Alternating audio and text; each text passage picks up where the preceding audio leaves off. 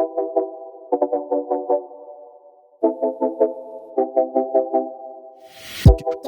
going on, everybody? This is Geoff Grammer with the Albuquerque Journal. Today, Rob Dauster and I of the Field of 68 talk all things Mountain West hoops on episode 95 of the Talking Grammer podcast. All right, well, there you go. It is episode 95 of the Talking Grammer podcast. Today's a quick version. I just landed, just got into my hotel room in San Jose, California. Lobo basketball plays San Jose State tonight. Coming off a big weekend, obviously, for the whole Mountain West, really, and in particular, Utah State and New Mexico. Utah both getting huge home wins, and they're both tied at the top of the standings at 6-0 right now as we go into the midweek games. UNM gets a blowout, frankly, a 14-point blowout. Doesn't sound like a blowout, but with the number of possessions in that game, 14 points was a blowout. They were up 20 points with about 3 minutes to go and didn't score again. And San Diego State scored the final 6, but it was never close. It was surprisingly one-sided, and it was a sellout on CBS on national television. Big moment for the Lobos. Their toughest part of their schedule is still ahead of them. Nobody is trying to paint the picture as this is a done deal for the Lobos just because they're 6-0 and they beat San Diego State at home. Doesn't mean a whole lot when you still have ahead of you 2 games with Utah State, home and road, 2 games with Boise State, home and road games with Nevada, road game with San Diego State, and then you mix in all the other programs that you have had hiccups against in recent years. You have to host Colorado State. You have to do home and home still with UNLV. That's been a pain in the Lobos side in the Patino era. There's still some landmines ahead for the Lobos. San Jose State game could be one. Friday night, though, against Boise State's another huge test. And if you look at the way the Lobos' schedule has played out recently, they are in a 6-game span where it may not mean much to you if the casual observer or listener, but I'm telling you, the attendance in the games is really, it's something that starts to play games with the player's mind sometimes, and how they warm up, how they prepare, how they get going at the beginning of a game. I want you to consider the last 6 games for the Lobos. There's about 2,000 people at Fresno State. There was they followed that up with they announced it as 5,000, but I think I'm being generous by saying there were about 2,000 people there that night on New Year's Eve in Fresno. So the Lobos play a game in a nice huge arena, 2,000 people maybe, and then they play a 14,600 fan game in the Pit. Is their next game against Nevada, goes to overtime, tons of energy, buzzer beater, 1,000th game in the Pit, a lot of emotion. They follow that up with a game in Laramie, Wyoming, where because of weather and because it was a late game in Laramie where they get big fan base or big draws at the gate, if you will, when fans from around the state can drive there. It's not, Laramie's a small town, and they needed it not to be a night game when snow fell that day. So there were 2,900 people at that game. So we go, we'll say 5,000, even though I think it was about 2,000 at Fresno State. They go 5,000 fans, 1,500 or 15,000 fans in Nevada, just under 3,000 fans at Wyoming. Then Saturday was 15,000 plus in the Pit against San Diego State. Tonight in San Jose State, if you just go by their average attendance, obviously I can't tell you what the attendance is going to be yet because the game hasn't been played, but if you go by their average attendance, it'll be 1,700. And then Friday night they got Boise State that's projecting right now to be in the 14,000 range. Maybe it gets to 15,000, maybe it gets to 15,411 and sells out. But it's projecting in the 14,000s right now. So they're jumping from 9 to 10 to 12,000 up and down, drop and add every game. And this isn't an excuse. It's just a weird, quirky thing with the Mountain West schedule right now that only the Lobos can really have, because they do have the largest home attendance. San Diego State clearly would have this problem themselves if Viejas Arena sat more than 12,400 because they sell out every game. So Weird little quirky thing going on right there. Nobody's looking for any sympathy for the 6-0 Lobos right now, though. But I say all that to sort of point out that there are a lot of trap game kind of possibilities, right, as you're going up and down between emotional game against the league leaders, the title contenders, countered with in between of each of those. You got, a couple thousand people in a road venue. You come out and shoot 1 for 16 at Wyoming last week. You come out, you have a struggling first half tonight against San Jose State, could be a problem. They didn't exactly play great down the stretch at Fresno State, so we'll see how they handle the big emotional win with San Diego State and how they progress today. We'll see how San Diego State answers the bad loss. And as you will hear today, as I talk with Rob Dauster of Field of 68, that was a San Diego State team that I saw do things I've never seen a San Diego State team do. It isn't a lack of talent. They don't have experience. They just don't. Certainly not together. They don't have that fifth-year guard who's going to remind them of what the culture is. They don't have the third-year starting center who's going to not only block shots and be the toughness down low, but he's going to remind people what Dutcher's culture is all about, what Brian Dutcher's culture is about. So it's not that I don't think San Diego State's going to be good. They obviously have talent. They beat Houston. This is a team that beat Houston, a legit Houston team this year. But man, they were doing so many uncharacteristic things. They looked rattled. You can call that bulletin board material or whatever you want. The reality is it was a nationally televised game. I'm not telling any secrets here. Everybody saw what happened. They were doing passes behind the head to nobody, straight out of bounds. Who does that in San Diego State in transition at San Diego State? I don't remember that happening really ever. They didn't offensive rebound. They got 1 point, 1 second chance point. They had been offensive rebounding great against lesser teams, and then all of a sudden they get bullied. They get out physicaled. When do you hear that about San Diego State? You don't. So for one game in the pit, San Diego State looked out-toughed. They looked rattled. They looked like they couldn't handle the moment on the road. They will pay it back and then some in Viejas Arena. It's obviously coming, but I say all that to say 2 lost San Diego State and two teams at the top of the standings, both at 6-0. You're already in a spot, even though it's a 20-game schedule, where you got some ground to make up if you're the Aztecs. Nevada has a ton of ground to make up. They won't get back into title contention, I don't think. Boise State's already dropped a couple, so it's an interesting time. And I say all that just to sort of remind and caution Lobo fans that even though they're 6-0 and they are receiving votes this week in the AP Top 25, the rough, tough part of their schedule is still ahead of them. So they're coming into form, though. Donovan Dent, Player of the Week this week.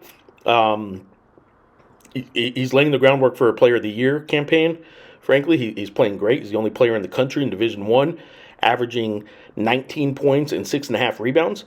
You could actually drop that 6.5 rebounds down to 6, down to 5.5, and there's still nobody. I think the next closest that's a 19 and then 5 plus is at like 5.5, 5.4 assists maybe, and there's only two other guys that are averaging 19 and 5. So what Donovan Dent is doing this year is tremendous. Player of the Week this week, second one of the year. Third in a row for the Lobos. It went Donovan Dent, Nelly Jr. Joseph, Donovan Dent. So for 3 weeks in a row, the Lobos have been playing well, which is reflecting why they're on, I think, the 7th longest win streak in the country right now. They've, since the embarrassing home loss to New Mexico State, they haven't lost a game since then. And right now it's the 3rd longest win streak in the Richard Pitino era. I am pulling it up real quick. I apologize. I forget the number offhand. 1, 2, 3, 4, 5, 6, 7. They're on a 7-game win streak right now. 3rd longest win streak in the Richard Pitino era. And it is currently the 9th longest win streak in Division I basketball. So they did get passed since Saturday when they were at the, I believe, 7th or 8th longest win streak. So anyway, big week ahead for the Lobos with that Boise State game in particular, but also in avoiding this trap game with San Jose State, a place they've both blown the doors off of San Jose State in games in the past, and they've also lost here more than a whole lot of really good teams in the Mountain West. San Jose State's not been a good team since it joined the Mountain West, and yet they've had more success against the Lobos than just about anyone, maybe with the exception of Air Force. So tricky path ahead for the Lobos, and a lot of really big games on the road in particular. Still ahead for the Lobos, but they're playing really well right now. I do think they're actually playing the best basketball in the Mountain West right now. That doesn't mean they have the best resume. It doesn't mean they're the best team in the Mountain West right now. I think right now they're look, there's ebbs and flows. Right now, the Lobos are playing better than Utah State. Utah State has a better record. Utah State has a better resume. I'm not arguing that. But Utah State hasn't been at their best. And frankly, right now, after a blowout home win against San Diego State and Utah State, having some tight games, and good for them. You win the close ones, that's good. But yeah, 4-point play in the final 6 seconds with Ian Martinez the other night to come from behind and beat Boise State on your home court. So there we are. This episode is a crossover. It has already published for the Field of 68. They posted it on Monday. I'm posting mine here on Talking Grammer in the Albuquerque Journal on Tuesday. Hope you guys enjoy it. We cover a lot of ground, Rob and I do, and they do the weekly Mountain West Insider podcast for the Mountain West, and they asked me to come on. I said, sure, let's just cross over, and I'll run it with my followers as well on the Talking Grammer podcast, and that's what this is. Follow all our coverage. abqjournal.com/sports will get you there a step quicker. Tons of content for Lobo basketball. We got some podcasts, we got videos, we got stories. Emptying the notebooks, just killing it online. You guys are really, really. I appreciate you guys for really just loving that. The numbers are showing not only a lot of people reading it, but the time. We track a lot of stuff at newspaper websites. The time spent in that article it's not even close. It is by far the most time spent on any content on the Albuquerque Journal's website. There's nothing else that people are sitting there and just devouring quite like emptying the notebook, and I appreciate you guys for doing that. So, all right, here we go. Episode 95 right here of the Talking Grammer podcast. It is a conversation that Rob Dauster of the Field of 68 and I both had in a crossover jointly published, I suppose, jointly broadcast podcast of Mountain West Insider, and we're just going across the board covering the Mountain West hoops. Hope you guys enjoy.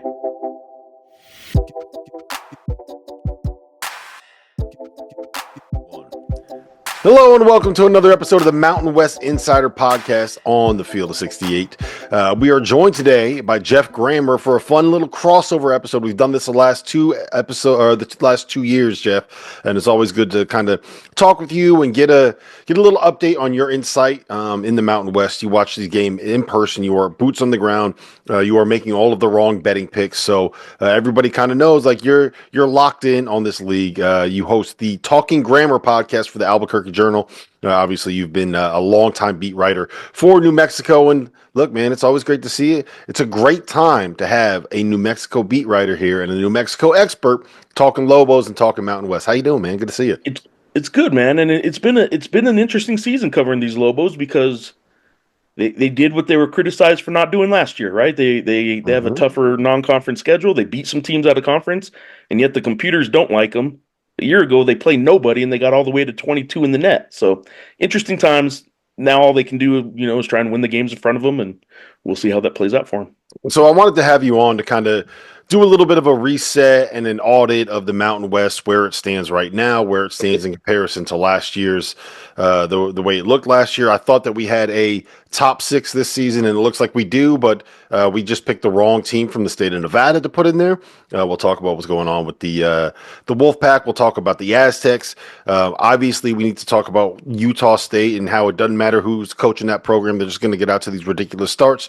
But I do want to start with New Mexico and with the Lobos, because for my money, they have the best player in the league in Donovan Dent. I think that they have the team that is the best built to be able to kind of make a deep run in March, and with a win over UCLA and a win over VCU, they have wins that should be able to get them in a spot where even if they don't get an automatic bid out of the Mountain West tournament like they did last year, I think that this is a team that's going to have a resume. As long as they don't do something dumb, right? Like don't Yeah. go and lose back-to-backs to Air Force and Fresno State. But I think that they're in a position to be able to get themselves an at-large bid. What have you seen out of New Mexico, and why are they having the success they have had this year? Well, a couple things. One is, I mean, everything you said is true. I think the don't do something dumb. Some people here thought they already did that. They were a 20-point favorite to a New Mexico State Hmm. team and lose at home in the pit. And now rivalries, weird things happen, right? And at the time, New Mexico State was 225 in Ken Palm and somewhere deep in the 200s in net. But all the Aggies have done since then is go on a 7-1 streak. Their only loss was at Texas, and they beat Conference USA favorite by 30 points. They beat UTEP on the road this weekend by 30 points, and they went from 225 in Ken Palm to 126 right now in Ken Palm. Their net is jumped to 100 points. All of a sudden, New Mexico's really bad loss that everyone thought was going to cost them is a quad 3 loss. It was quad 4 until this weekend, and it doesn't look as bad. You can get by with one bad loss, right? And as long as it's not quad 4, nobody's really going to care if you have one loss in the quad 3 realm. As long as you have, like you said, UCLA, VCU, the USC win. Who knows? Like UNM beat them on a neutral court, Hmm. and that may end up looking pretty good depending on where UC or USC kind of finishes. So in terms of scheduling, New Mexico has done a lot better this year than what they did last year when they were 22 in the net on Selection Sunday, and they found out that from the committee that they weren't in unless they won the Mountain West tournament. That blew them away. They thought they played the game right. They did what they were supposed to do based on last year's rules. Get the net as high as you can get it, and you'll be sitting comfortably. They thought they were good. They weren't. So this year they scheduled a little more ambitiously, some more games, non-conference outside of the pit. They played St. John's, UCLA, Arizona State, USC, all away from the pit, and went 2-2 in those games. And frankly, should have probably gone 3-1. They should have beat Arizona State, but anyway, they've scheduled better. All that's good. What you said about Donovan Dent and how they're built, Brian Dutcher, San Diego State's coach, told me before the season, and then again this past week, what he loves about New Mexico is they're good up the middle, and he sounds like a baseball coach. And they're great up when you're built great up the middle. You're going to be a good team, and what he means is they're 1 and they're 5. He thinks they're the best in the league. They have the best point guard in the league in Donovan Dent, and then they're 5, Nelly Jr. Joseph, who has been a little up and down. Not so much down as sort of maybe just sort of not entirely active all the time, but hasn't had a whole lot of bad games. But Nelly Jr. Joseph at the center spot and Donovan Dent at the point guard spot have played just tremendously at times, and their pick and roll, their high pick and roll action. I haven't seen first of all, I haven't seen a better point guard run the pick and roll than Donovan Dent, and that means ever. I've not ever seen someone play and master how you do the entire floor with the pick and roll like Donovan Dent has. But also, Nelly Jr. Joseph as a center, his feet are so good. First of all, defensively, he hedges high and he can get out there on guards. But on that pick and roll, he doesn't get called for a moving screen or anything like that. Like you see centers doing, once or twice a game sometimes. And Nelly Jr. Joseph never throws that hip out. He's great. They are two great pick and roll players, and because of that, New Mexico, I do think at their best is still a very very good team that can make some noise. Yeah, and they play to their strengths, right? They're able to get out in transition. They're able to run the floor. They take advantage of the talent that is Donovan Dent and kind of what he is able to do Yeah. offensively. I do think that they've had a relatively, I know they just beat San Diego State on Saturday, convincingly so as well. They've had a fairly beneficial start Mhm. to conference play. You Oh yeah, still it gets got worse from boys. here for them. Yeah, you got 2 against Boise State. You got 2 against Utah State coming up. You still have to go to Viejas to play San Diego State on the road. And you still have to go to Reno to play at Nevada. And I do believe they still have 2 against UNLV as well. And UNLV has been Correct. much improved. So there's a lot to still do here and a lot to prove. But the other way to look at it is they still got a bunch of quad 1 resume opportunities that are going to be left on their schedule. So If well, in the 20 game schedule, the 20 game format that they have this year in the Mountain West, I mean, first of all, I like for simplicity's sake, right? You play everybody and you play them home and road. You don't have to worry about any of that. But yeah, in terms of the still playing two of those top teams. However, if you want to say it's a top three, a top four, top five, six, whatever, I think they still have probably about as tough a schedule as any of those top teams remaining.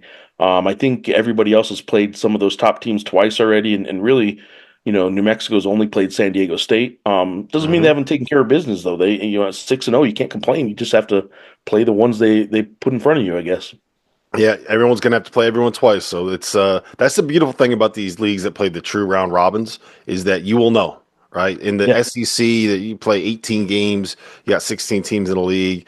Big Ten, you play 20 games, you got 18 games in the league. Like you don't play a true round robin. Everybody goes to everybody's home court in the Mountain West. Everybody goes to everybody's home court in the Big East. And if you're gonna win a title, you're gonna have to earn it. a year Speaking ago in of, this, I was going to say real quick, a year ago in this league, Steve Alford made it a point after they won their last regular season game to say, "Congratulations, Utah State, you're the regular season champs, but you never won in Lawler." It's because it was an Mhm. unbalanced schedule and they never played at Utah State. Well, a couple weeks ago, Utah State beats Nevada in Reno, and sure enough, on all their social media accounts, hey, we just won in Lawler, just Yep. to kind of remind them that it's a round robin. We got you this time. So it's something that has come up in this league though before. I love teams that have long memories and stuff like that. Not afraid to broadcast it on social. It's what Yeah. makes the conferences so much fun. Utah State is the other team that's sitting there at 6-0, top of the Mountain West.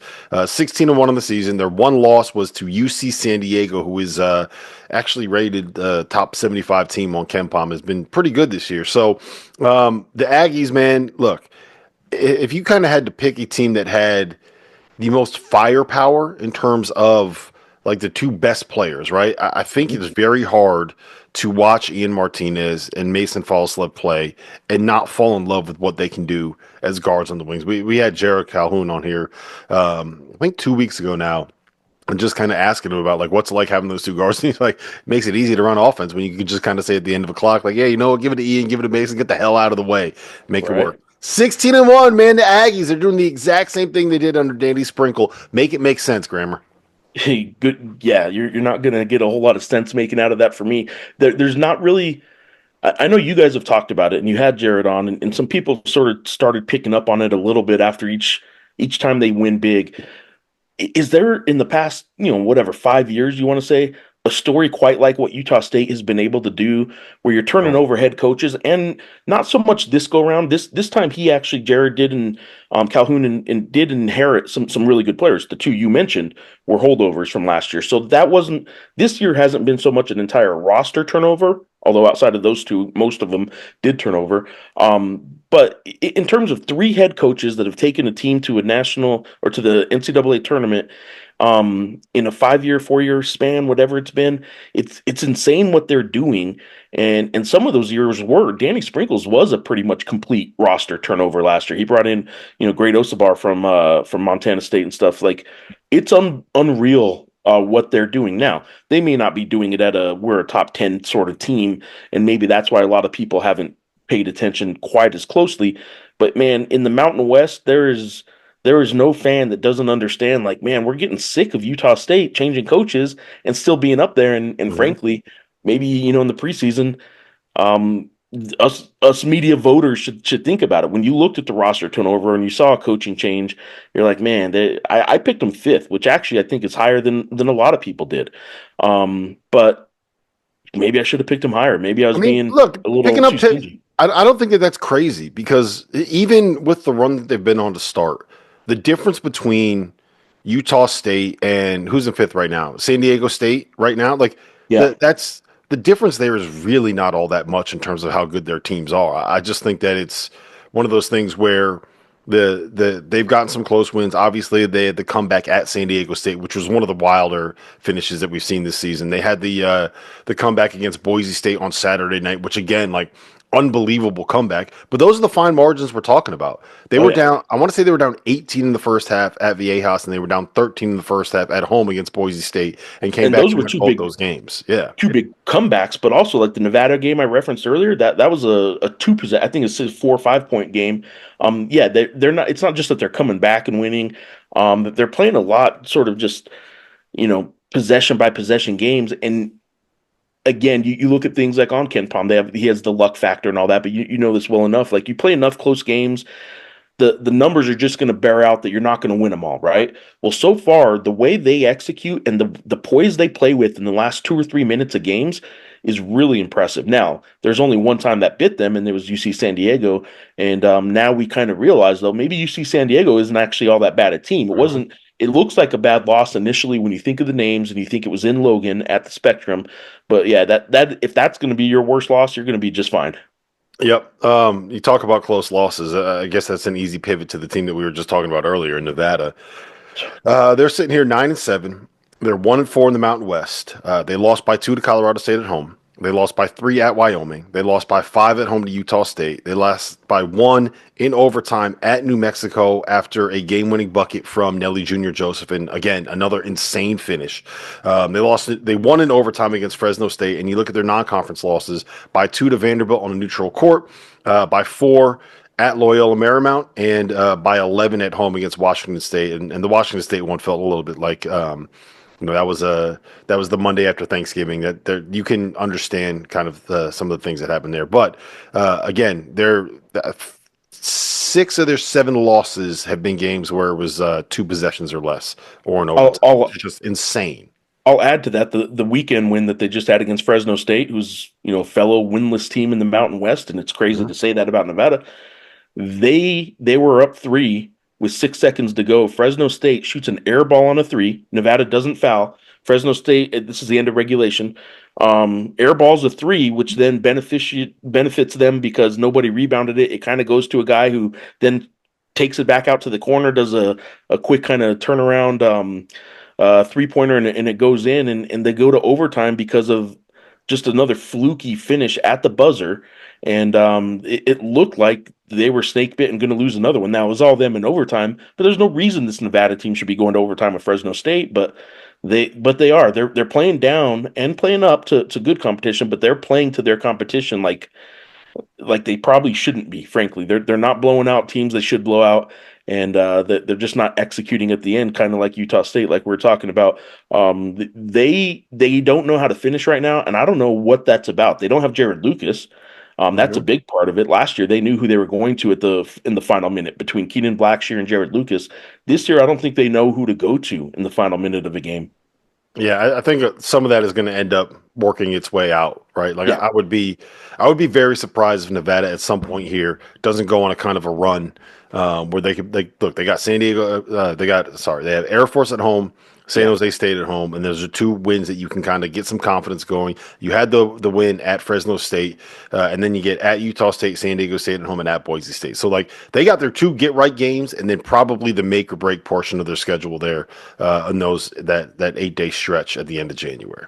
Yeah, they got 2 3-game stretches where it's until this weekend. Is Fresno State, San Jose State, Air Force 3 in a row twice this year. So they got 2 3-game kind of chunks where you would expect them to go on at minimum 2 3-game win streaks, and you get feeling good about yourself. You get Kobe Sanders feeling good a little bit. I mean, he's a great threat when you've got a 6'9" guy that can play some point.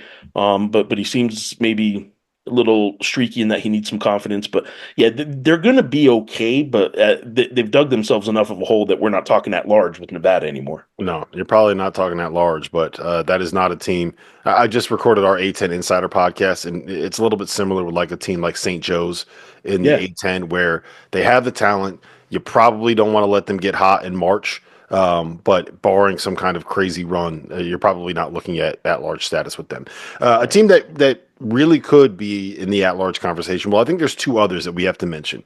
That would be Boise State and San Diego State. Boise State just blew a golden opportunity to go on the road and pick up a win in the Spectrum, which is basically an impossible task. Tyson Degenhart looks like he's kind of started to get past some of the 3-point shooting issues that he's had. But again, they're sitting here at 4-2 in the league. They lost at home to San Diego State. They threw one away at Utah State. And outside of a win against Clemson, they're really. Oh, I'm sorry. They also beat St. Mary's too. But outside of those 2 wins, there really isn't a ton in their schedule. I do think that they have to start kind of stacking up some victories here, especially the ones against the top teams in the Mountain West.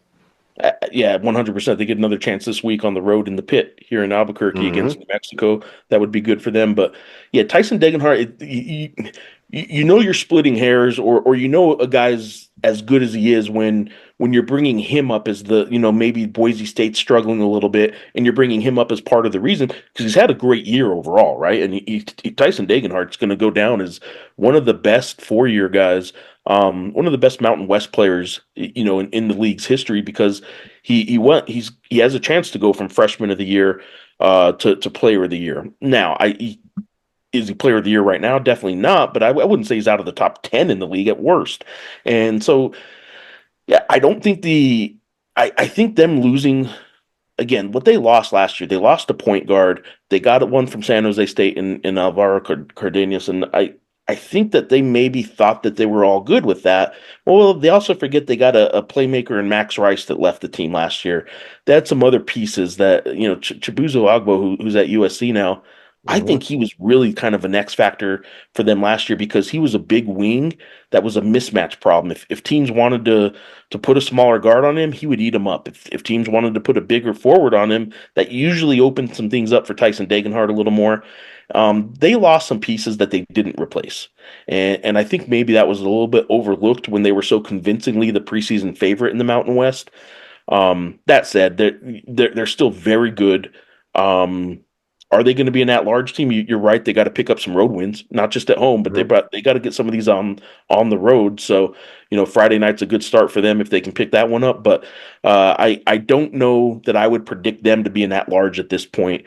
I we'll get into numbers and stuff like that. I could see at best 3 at-larges in the Mountain West and maybe 2, and I don't know that Boise State's going to factor into that. Although I consider them in the top 4 right now. I don't know if I can see them playing their way into an at-large conversation unless they pick off San Diego State on the road and they get New Mexico in the pit and stuff like that. Yeah, look, I think it's got to be one of San Diego State on the road or New Mexico on the road, and frankly, Mhm. Utah State on the road would have checked that box. Get one of those, take care of business at home against some of these other teams, and you got a real chance. But Yes, again, the San Diego State win is one of the best. Is probably the best opportunity you had to get a marquee win at home, and at Utah State was a great opportunity that slipped through their fingers. So personally, I'm rooting for it. I love Tyson. I love Leon. I think that those guys, I want to see them have that success at the end, and I'd like to see 4 or 5 teams get in for the Mountain West again. And I think they got the horses to be able to do that because San Diego State, despite some of the issues that they've had, I still think is a team that is going to be in that mix. The win over Houston's never going away. Right, that's a neutral court win over a top 5 team in all the metrics. The win over Creighton is going to be a quad 1 win, no matter what happens here. That UC San Diego win at home, they had to start out the season. We were all that's kind of right. like, is it the 5-point win over UC San Diego? Are we really celebrating this? Turns out, not that bad. That's a quad 2 opponent. So, where do you stand on San Diego State? They have Colorado State home, UNLV home, at Air Force, and then at Nevada on the 25th. Then you get San Jose State and Wyoming at home. Pretty favorable schedule here to start stacking up some wins for what's going to be an insane finish to their schedule. Going into the year, it was weird that it was seen as a sign of disrespect because they were picked fourth, right? And I picked them fourth. But the overall media poll had them fourth, and people were like, how can you do that?" Well, it's because they turned over their entire roster. They lost the most of the top half of the league, other than I believe it was Wyoming and Fresno State. San Diego State lost more points per game, minutes per game, rebounds per game. San Diego State lost a ton from last year, and you just figured, okay, they'll take a step back to third or fourth in the league, and maybe that's where they are. But I think you're starting to see now that they do have some talent, but they are young and they're inexperienced, especially in environments like the pit. I've never seen a San Diego State team do some of the things they did Saturday in that environment. And I think Dutcher's going to get it all worked out. I think they're going to be fine. Their defense is still elite, really. But at one point there was a behind the head kind of pass to a 3-point shooter in transition. Mhm. When do you see San Diego State do that? It went straight out of bounds. It didn't even touch the guy, touch the guy's outstretched hands. They were doing some things that, frankly, San Diego State didn't build its reputation as the marquee program in the Mountain West over 26 seasons. They didn't build that reputation by doing stuff like that. They did it on their defense. They did it on being able to go into the pit and not look rattled.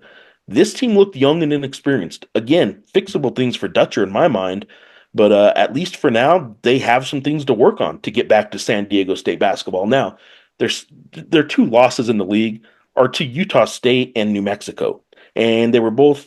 The Utah State one was close. The New Mexico one wasn't. But you go to the pit, you understand it. If you get knocked off at home in a one possession game and it's to the first place team, okay.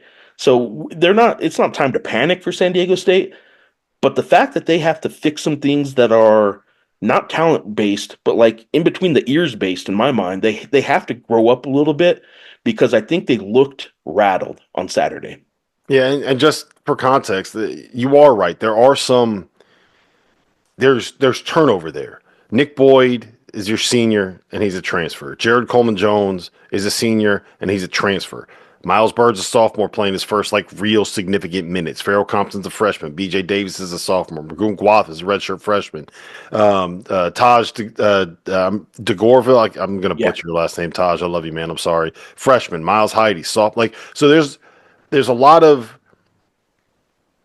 new roles for guys that are your returnees and new faces for guys that are the veterans, and that's just always a little bit of a weird combination for regardless of what level you are, what program you are. When you have that combination of things, sometimes it takes a little while for all those pieces to come together and fit perfectly. yeah, absolutely. You can look at their past teams, and they always had a fourth year senior guard. They had a third year senior guard. They had a Matt Mitchell. They had a Matt Bradley. They've always had the one guy that's at least been through the wars and been through it all. That guy on this team is sophomore Miles Bird, who came off the bench last year. Extremely talented, a 6'7" wing, very good. But if the guy who's been through the wars that San Diego State's been through is a sophomore who didn't play huge minutes last year, that's what they're facing right now. Mm-hmm. All right, Colorado State, UNLV. Those are the two teams I think I watched them, right? And I guess we can start with Colorado State. I think that the pieces are there. Nick Clifford's been awesome. There was a point, I don't know if he's still doing it. I had to double check the box scores right now, but he was one of two guys averaging 16 points, 10 rebounds, and 3 assists on the season. It was him and Janai Broom. I think his kind of growth and development arc has been one of the most fun stories in the Mountain West, and one of the most fun stories in college basketball. I don't think is getting quite enough attention, but it hasn't been just him. I think that's been the impressive part about Colorado State to me. And they're sitting here at 4-1 in the Mountain West, man. A game out of first place. Who had that after losing Isaiah? Isaiah Stevens. Yeah, Isaiah Stevens. Like one of the best. Again, I'm not just trying to throw this out there about everybody. I said it about Tyson Dagenhart earlier. Isaiah Stevens is another. He was a 5-year guy because he had an injury one year. Isaiah Stevens is another guy that I think was one of the best players overall. Some longevity in there, but like overall in Mountain West history. And you're going back to there's a reason those two guys are going to hold a lot of records when they leave the Mountain West. And I just think that Colorado State was a team that should have taken more of a step back than they did if you just look at it ahead of the season. And they haven't. And good for Nico Medved, good for Nick Clifford for doing that because I think the big question was who was going to lead this team? Like how much did Isaiah Stevens last year erase?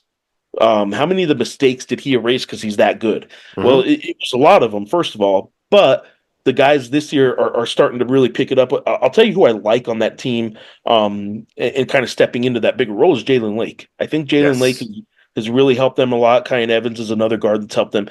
But I think Jalen Lake is a big key to kind of what they can do because he's been steady. Colorado State's a team, though, that they can make it messy for some teams. I don't know that they're going to have to make a heck of a run to really get into an at-large conversation, like a really good run. But they're not bad enough, or they're not far enough away from really messing some people's postseason hopes up, and they're good enough to do that. Yeah, that's my thing with them is that I think that the damage was done in the non-conference portion of their schedule, and I'm just not sure there's enough good wins available for them, barring going on a run where you're like 17-3 in the league, but they are good enough to be able to win. this might sound crazy to say, but win anywhere at any time against anybody in this conference. To see him go on Tuesday night into San Diego State and win, like, would that shock you? Certainly wouldn't surprise me if that Right. happened. Like they're good Yeah, I enough to think they're do all good that. enough where you don't take a. There's not a win on the board on the Mountain West board that you could say Colorado State can't pull off. Hmm. Yeah. So it'll be fun to watch that kind of play. They're a game out of first place in the league, man. So it's not going to be one of these things where it's like the tournament isn't there, so they're kind of shutting it down. No, they're going to try to win this conference. They're going to try to find a way to get into the NCAA tournament, and Right. there's going to be a lot of times where they have the best player on the floor. And speaking of teams with the best player on the floor, we had DJ Thomas on the pod a couple weeks ago. Great kid, better player. They've lost 2 in a row here, so the shine has kind of been taken away. But look, that's going to happen when you go to Boise State and to Colorado State. They're still sitting here at 3-2 on the season. They've kind of figured some things out now that Jaden Henley is back in the lineup and is back healthy again. They still don't have the big fella, Rob Whaley. They still don't have him back. I don't know if that's going to end up being a thing. So we'll see what happens. But Utah State at home at San Diego State this week. I think you really, really want to get that Utah State game because you don't want to have to avoid a 4-game losing streak by going to Viejas. That sounds like the 7th level of hell, to be frank. 100%. And the I wrote recently about rivalries and got a lot of pushback from San Diego State fans about who their rival may be. But there's no question that San Diego State fans love playing UNLV. Whether or not it's a rivalry, based on the numbers, it's been pretty one-sided San Diego State's way. But they love playing UNLV. They love jumping all over that bench in Viejas. They're going to bring it against UNLV, and I think you better try if you're going to pick up one of these 2 wins. If you're UNLV, it's the Utah State one sitting right in front of you because there's a good chance that even if you don't pull that off, and you lose 2 in a row, you start questioning. Okay, our numbers don't look good. Our record isn't good right now, and you start wondering if some of the new players on the team start losing interest. Right? UNLV has had that in years past. I don't know that Kevin Kruger is going to allow that to happen with this team. But man, things are so much better in Las Vegas right now if you pull off one of these next 2 wins. And really the Utah State game is the one you better try and pull off because I don't know if you're going to Viejas right now and picking them off after what happened Saturday to San Diego State. I'll bet they're going to be a pretty tough team, pretty tough out for the next few games. Yeah, it's the run that UNLV is on right now is just man like that. That's one of those ones where you got to send out thoughts and prayers to Coach Kruger. This is what it is. They got a 9-game stretch where they're at Boise State, at Colorado State, Utah State at home, at San Diego State, Wyoming at home, New Mexico at home, at Utah State, at Nevada, Boise State at home. Like, come on, man! Like that is brutal. And then you get Even out of that after that, you go 9-game to run. Laramie.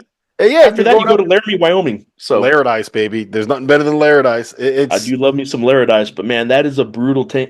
Like again, the 20-game season that the Mountain West is on, we can pick it apart at the end of the season and see what we like and don't like. The teams that have this little Fresno State, Air Force, San Jose State 3-pack, and I think Air Force has it. I think UNLV rather has it twice. No, they have Air Force Fresno later. Anyway, they opened with the 3 teams at the bottom, right? mm-hmm. The teams that have two sets of those, and then you're left with these stretches of 9, 7, 8, 9 games where it's pretty brutal. It's a Again, for those that war don't follow the every Mountain night. West, the travel's part of the problem here. It's not just the teams and opponents. There's some venues in this place that are hard to play in. There's some travel, Laramie, that's just hard to even get to. You're walking into an arena where it's, the wind chill has it at 10 below, and then you're supposed to go get warm real quick and play a team that's been waiting for you at 7,200 feet where you can't breathe. So yeah, there's some weird things about the Mountain West, and I do think that for teams like UNLV and San Diego State that do come from a lot closer to sea level than 7,200 feet like Laramie, there's some real travel issues here. Plus, there's some pretty good teams in the league. Yeah, the let's just say the climate situation and like the day-to-day living situation in San Diego and Las Vegas versus Laramie, Wyoming. It's a little different. It's a little different, Jeff. It's a little different. Just a little. How many leagues have that within its own league? You have a San Diego right there. You can go dip your toes in the ocean if you want, and in the same league you have Laramie that's at 7,200 feet, and you want to go dip your toes in you could dip your toes in water, but it'll be frozen water until May probably in Laramie. So you can go get some snow, I guess. Yeah. Not too many leagues though that have 7,200 feet and sea level in the same league. You go from vacation to getting ready to go film one of the Outdoor Boys YouTube channel episodes, and like back-to-back games. It's just insane, man.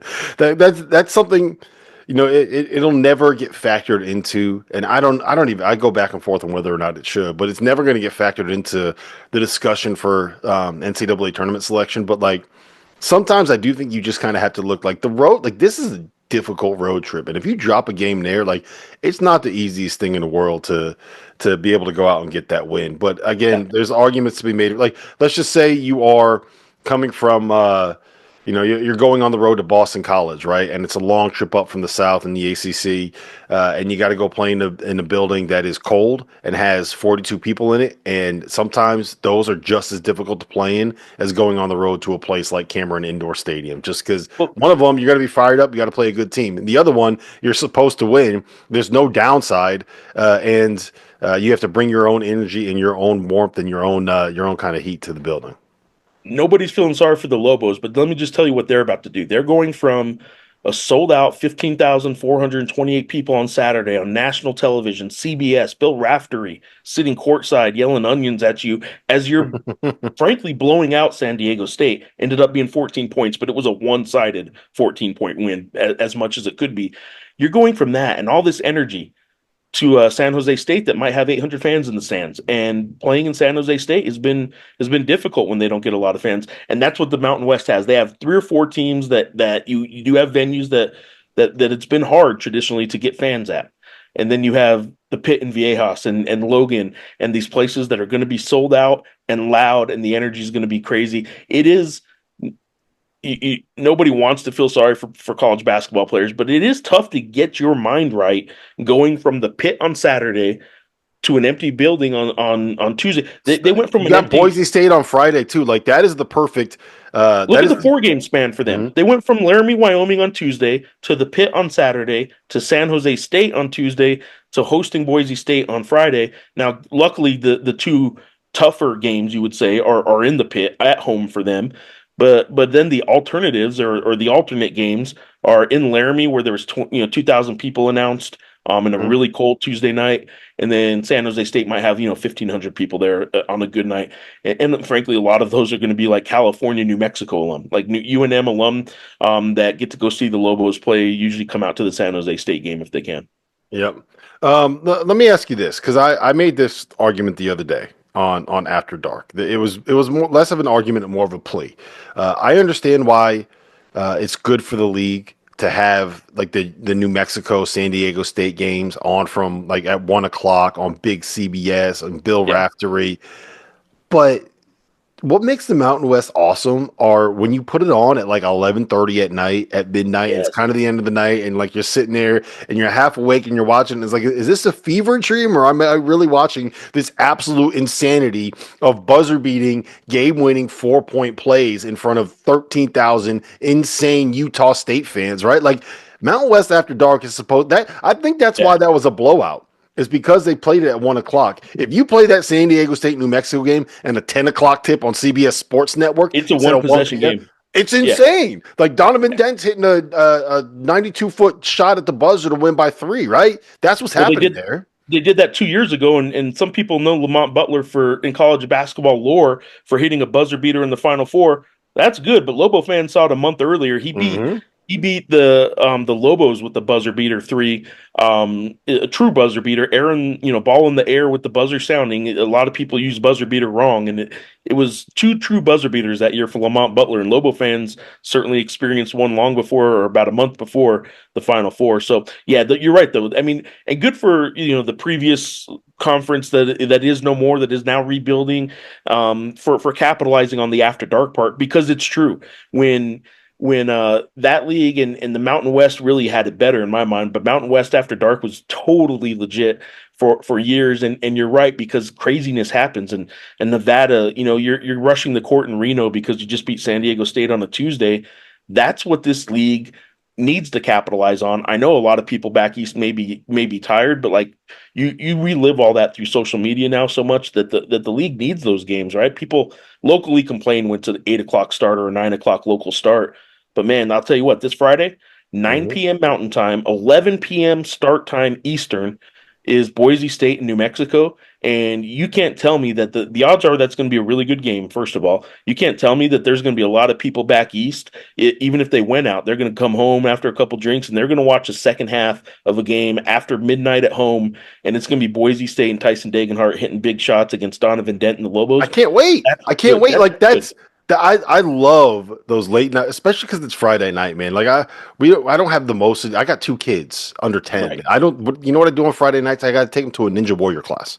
Okay, that's what we do. That's my Friday nights. That's what every Friday night I'm in a Ninja Warrior gym for 3 hours. My kids are going and playing on this ridiculous. It's basically a jungle gym. It's awesome. I would have loved it when I was a kid. But I come home from that. I make dinner. I crack open a couple of cold ones, and I go and I sit and I watch Boise State, New Mexico until 1 o'clock in the morning while everyone else in my house is asleep. That's heaven. That's what I want. Yeah. That's the only thing I want in my life. Yeah, and Not I West think after dark. I think the league's actually done a pretty good job of sort of capitalizing on that. Like again, for years, San Diego State and the New Mexicos were sort of complaining about these late start times, and the league said, "Okay, we'll see if we can work on it." No, they weren't. They loved these late games because I think it does so much more for the league than the local gate. Sometimes it affected attendance a little bit. Nah, forget it. It does so much more for the league having Friday night Boise State and Look, New Mexico. I trust me. I get it. I'm saying most of this in jest. If you can get on big CBS during the daytime, you have to Yeah, do. It doesn't matter what. Like you have to go do that. You go yeah. like you do that 100 times out of 100. But I will always take the late night Boise State New Mexico game over whatever is on Big C, like because it's great, man. It's Well, the just late look at Saturday. night, and I also Just think be- that look, I do believe that the coaches in this league, you don't want to play those games. Maybe it's a little bit more difficult, but I do think they also understand that those are the things that like drive the national attention to your conference, and Absolutely. if you can do that, it's not the worst thing in the How world. good was Saturday for the Mountain West? Your bookends are national television, CBS, San Diego State in a sold out pit against the Lobos, and you get to highlight Donovan Dent. And then you end it with Ian Martinez hitting a 4-point play with 6 seconds to go in a huge come from behind, rally victory for Utah State in a sold out Spectrum against Boise State. Yeah, you take the CBS game if it's offered, and it was. So you take that, you benefit from that, and then you finish the night with one of your late night games. And good for the Mountain West on Saturday. Yeah, that was a big day for the league. Got some good wins. Let's wrap it with this. You said earlier you think that you're going to get 2 to 3 at-large bids, 3 to 4 total bids, probably. Yeah, I would say my numbers for tournament this year would be in the 2 to 4 range. I don't see it getting to 5. I don't, to be honest, I'm starting to really back off seeing it as low as 2. I don't think But it'll be two. you don't think it'll be as low as 2? And I'm starting to go the other direction on that too. So I would tell you that right now the 4 teams that I think that are competing for at large would be Utah State. I mean, this is obvious. You can look at the standings and kind of figure this out. But Utah State, New Mexico, San Diego State, and Boise State. I think those 4 teams still have a case to make with the way the schedule plays out the rest of the season. It's all in front of them for an at large. I think, though, that right beyond that are some teams that not only, frankly, could make a huge run and get themselves into that conversation, but are absolutely talented enough to win 3 games in March in a Mountain West tournament setting. 4 games in 4 days is what the Lobos did last year to get in there when Jalen House just Mhm. went crazy for 4 straight days. Um, there are teams that could pull that off, and it is a one win right now in league play. Nevada, it is a Colorado State if they get things rolling with Nate Clifford. It is a UNLV because Dayton Thomas is that special. I do think that there are some of those teams that could get themselves into that conversation.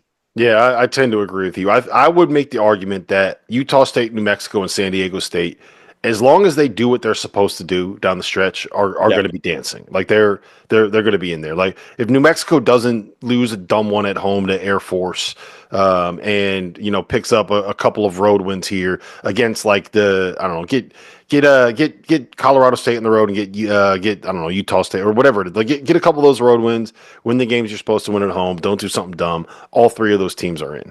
I think Boise State, uh, if they had beaten Utah State, I would say that it's close to that conversation for them. I still think they have a little bit more work they got to do. Yeah. They got to win a couple of these ones on the road, and they have a little. I would say that they're probably right there on the cut line, and as long as they do the job they're supposed to be able to do down the stretch and are good enough to do, if we're being frank, then they'll be able to put themselves in that position.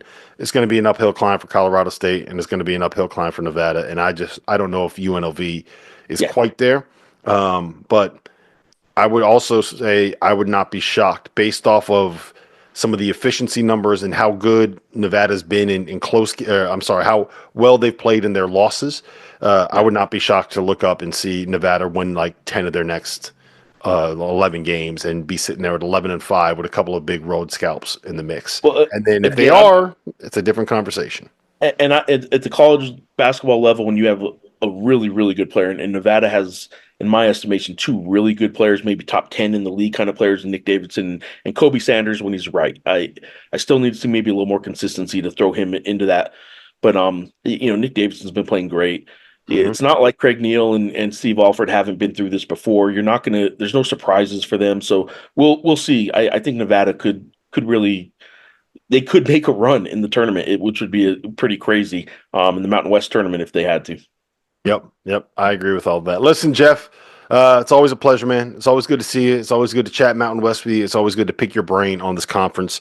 And I tend to feel pretty good about myself when you and I are on the same page about things in the Mountain West, and it seems like we are. I don't know why, man. You've seen my picks. Yeah, I know. I make picks before every day of Mountain West games, and I have a losing record because I go around the league. I talk to coaches. I use my brain.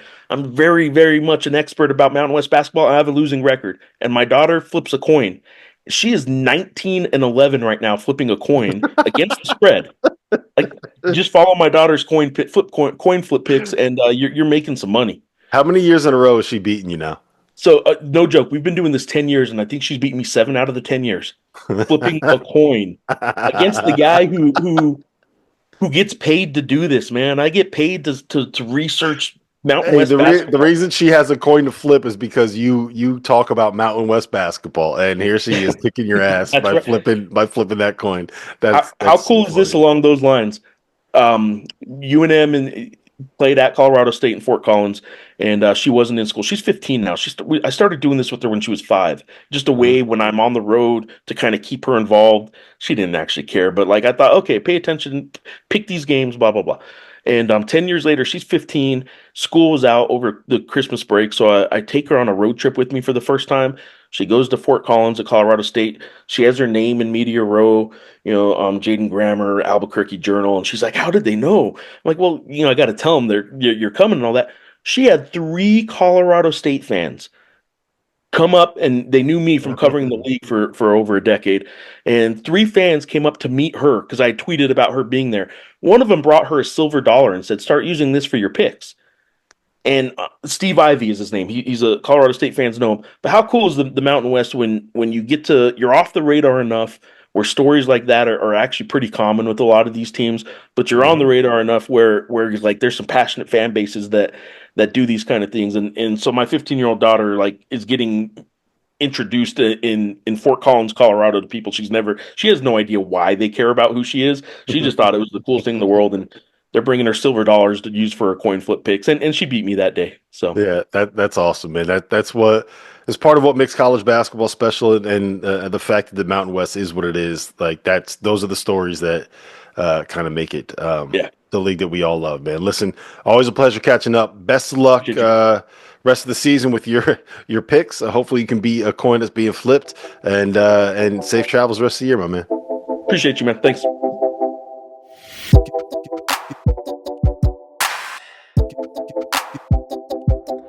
All right, well, there you go. There's Rob and I talking Mountain West hoops. Hope you guys enjoyed that. Just kind of a little bit of a reset. I wouldn't call it mid-season in the Mountain West schedule by any stretch, but 6 games in for most teams, 5 games in for a few others. A lot of games left to play, but mid-January we're pecking order starting to show itself a little bit, and a lot of basketball left to play. But we're starting to get at a point of the season right now where we're going to see who the teams down the home stretch are, And we covered some of that ground in this podcast. Hope you enjoyed it. Hope you enjoy all our coverage at abqjournal.com and the Albuquerque Journal. Not just Lobo basketball, but high school sports. Sean Ryder's been killing it with his Lobo offseason Lobo football coverage with the new hire and all that. But hope you guys enjoy it. Let me know what you think. I'm on social media all the time. You can email me as well, grammer@abqjournal.com. And until next time, thanks for watching.